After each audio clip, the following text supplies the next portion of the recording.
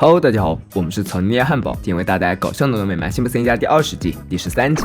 几个世纪以来，人类都被科学工业统治着，终于，那个时代正在走向终结，将要迎来的是一个迷雾重重又充满预言的新时代，它始于今日。以上内容都是为了铺垫难得一遇的日全食。肯特提醒公众，这的确是免费的美妙景观，但绝不能直勾勾盯着看。他推荐大家使用自制的偷窥暗箱，月亮缓缓移动，遮住了明亮的太阳，地球上的部分地区渐渐被阴影覆盖。辛普森一家在院内观察这难得的景象。辛小妹报告道：“现在已经半阴影了，拭目以待全食吧。”这时，小新又不安分了，爬上狗屋，表示要第一个看到。接着，辛巴也跟着爬了上去，也要争做第一个。然后在争执中，辛巴弄回了观测工具。见丈夫难过，辛巴当将自己的让给了他。日全食很美，光是听家里人描述，辛妈就能感觉得到，她实在忍受不了对此避而不见。于是辛妈抬起了头，就像人们所称赞那样，真的很美。不料此时，月亮移开了，耀眼的日光灼伤了辛妈的双眼。到了医院，洗医生告诉辛妈，她的眼睛2周内不能拆分。辛爸安慰妻子：“别担心，我就是你的眼睛。”话是这么说，靠不靠谱就不一定了。洗医生继续嘱咐大家，任何压力都会导致辛妈的眼球内血压升高，然后引发长脸狗综合症。他还播放了一段动画来展示眼睛受刺激所带来的伤害。回到家后，大家把辛妈照顾得服服帖帖。辛妈觉得自己现在就像王妃一样，每天都过得像母亲节的前10分钟。辛爸安慰妻子：“你就好好养眼睛吧，万事有我们呢。”这时，辛小妹小声召唤爸爸去厨房，不看不知道，一看吓一跳，这里到处都是老鼠，还有一只爬上辛巴的头。他操控它去做了一道美味佳肴。辛巴终于决定买老鼠药了。到了商店，老板店里他了一大罐药，有了这些，保证他们的家里只数不剩。不料小新看到这五彩斑斓的药丸，还以为是能吃的糖果，伸出小手头就要去抓，好不容易将他们俩分开，小新又和狗子杠上了。狗子要小新的兔子，小新要辛巴的老鼠药，辛巴要抢回狗子嘴里的兔子。争夺的过程中，车子冲出了围栏，掉进丛林中。这下要渡河，就只能依靠岸边的小船了。但他们一起上去的话，船就会下沉。辛巴陷入了思考，自己必须要把3者都运过河，但每次只能带一样，且有些不能放在一起。解答这样的世纪大难题有些难度，辛巴决定求助对岸的教授。谁知一颗老鼠药下去，对方当即倒地不起。辛巴最后靠自己想到了办法，在他的计划中考虑了所有条件，大家都能成功顺利的到达彼岸。然而在实际操作中却产生了不可抗力。第一步就将小新运过去。到达对岸后，辛巴想将小女儿放置一个安全的地方，刚好对面就是一座修道院，但小新放在了门前的阶梯上，然后就准备回去接剩下2样。不曾想，他刚坐上小船，一个修女打开了门，他以为这是一个弃婴，直接将小新抱了进去。修女毫不客气地告诉前来的辛巴，凡是放在门前的婴儿都归修道院照顾，无论辛巴如何舌灿莲花，修女都无动于衷，最后直接让他滚蛋。回到家后，辛巴将小新弄丢的事告诉了兄妹俩，但小新不建议将此事告诉妈妈，因为医生说过不能给她压力。小妹想到一个好主意，他们其中一个人扮成修女潜入修道会，辛巴当即表示拒绝：“我是绝对不可能穿女装的。”然后让我去吧，我连装备都准备好了。小妹打断这个活宝父亲：“你走吧，别妨碍我进入角色。”辛小妹改装脖子上的项链后，敲响修道院的大门。她对前的修女说：“我是可怜罪人，迷失了方向，我能加入你们吗？你对跪拜有何看法？”非常热衷。闻此，修女答应了辛小妹的请求。院长领她进入了修道院。辛小妹立刻被一旁的托儿所吸引了目光，但仔细观察之后，她并没有发现妹妹。辛小妹询问院长：“这些就全部的婴儿了吗？”没想到院长怒不可遏：“难道你希望还有更多的弃婴吗？”辛小妹表示自己并没有这么想，只是觉得还有婴儿没被放进托儿所。闻此，院长阴阳怪气地说：“你简直比曹操还要多疑啊！”辛小妹看着墙上的耶稣神像，思考着院长隐瞒小新事情的原因。突然，她注意到天花板上的一幅画，宝石显得问题又出现了。为什么修女们会想要宝石呢？这时，一个声音冒了出来：“找到宝石就能找到答案。”来者是一个长着黑痣的老修女，她受够了院长每次都这样的权势，抢占了橄榄球 C 位，所以才决定将这个秘密告诉辛小妹。老修女对辛小妹说：“要拯救她的妹妹，就必须要解决一系列的难题。”她指着墙上的一幅画，表示那就是第一个难题。说完，她要将自己隐于黑暗之中了。辛小妹阅读了画下的文字，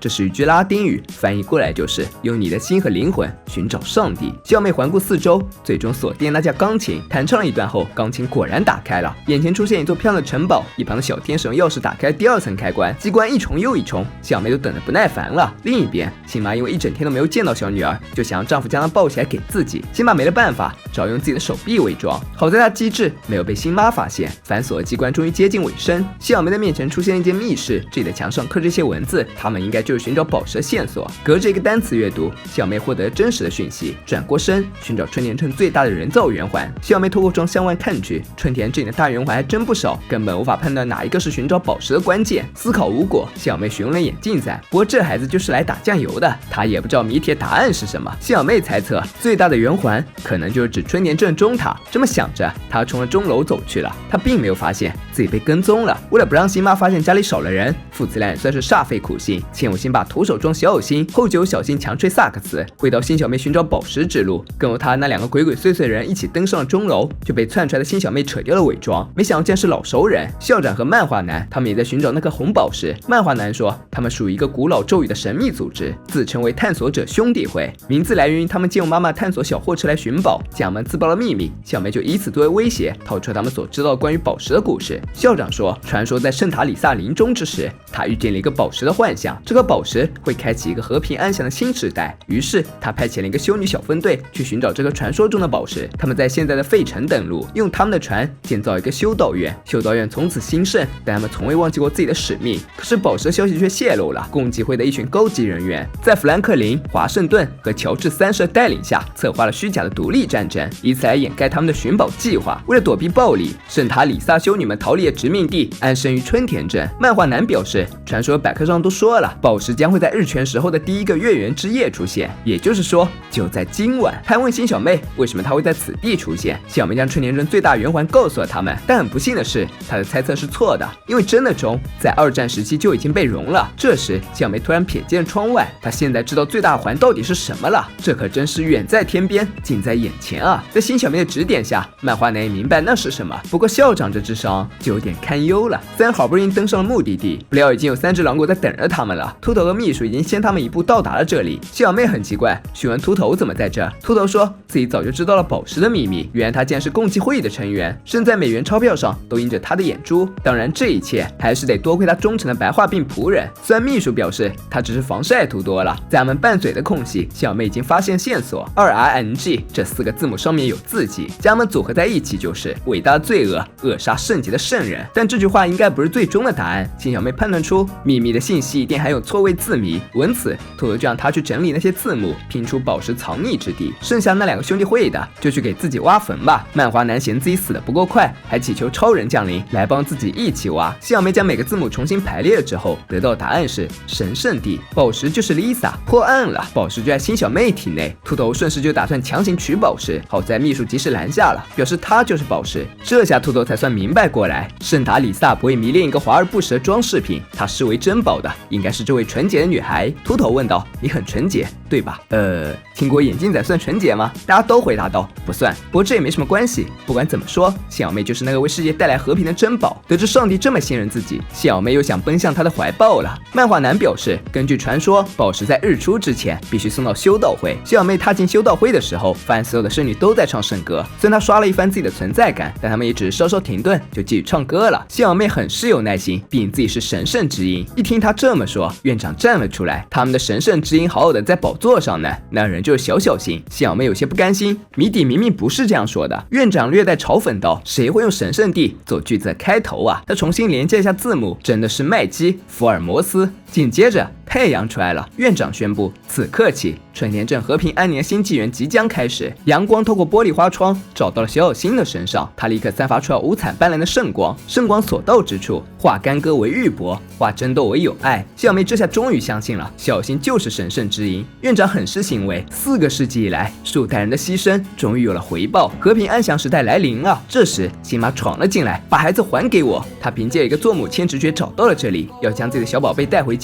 小妹拦住了妈妈，说小新能为小镇带来和平，她必须得留在这里。然而辛妈不愿，也许睁开眼就能看到世界和平是好事。但是话还未说完，眼前纱布就被扯掉了。辛妈看到了怀中的宝贝女儿，你比我印象中更漂亮了。辛妈表示，她知道上帝不会为了追求世界和平，就要一位母亲牺牲掉自己的孩子。再一次回家路上，辛妈有些自责，她觉得也许是自己太自私了。辛爸安慰她，表示不用担心，他已经提供了另一个神圣之音，这个人就是小新。当他坐上王座之后，修道院马上被黑暗笼罩，岩浆喷涌而发，柱上缠着蟒蛇。见自有这么大威力，小新很高兴，看来今晚的夜生活很丰富嘛。本集致敬2006年美国电影《达芬奇密码》，该片讲述大概内容是卢浮宫博物馆馆长被谋杀的案件，将符号专家兰登牵扯其中，然后兰登就和馆长孙女展开对案件调查。在此过程中，兰登发现所有解密的密码都藏在达芬奇的作品里，动漫沿袭的电影以解密作为主线，寻找真正的宝石。然然而最终辛妈将小新带走，结局却引人深思。或许牺牲一个拯救所有确实伟大，但我更赞同辛妈的做法。不过并不是因为辛妈所认为的上帝怜悯，而是小新的牺牲并不能带来真正的和平，因为耶稣已经尝试过了，通过献祭换的一切博士表面的安宁。只有每个人发自内心向往美好，才有可能实现真正意义上的世界和平。本期视频就到这里了，喜欢小伙伴别忘点赞、评论、关注，咱们下期见，拜拜。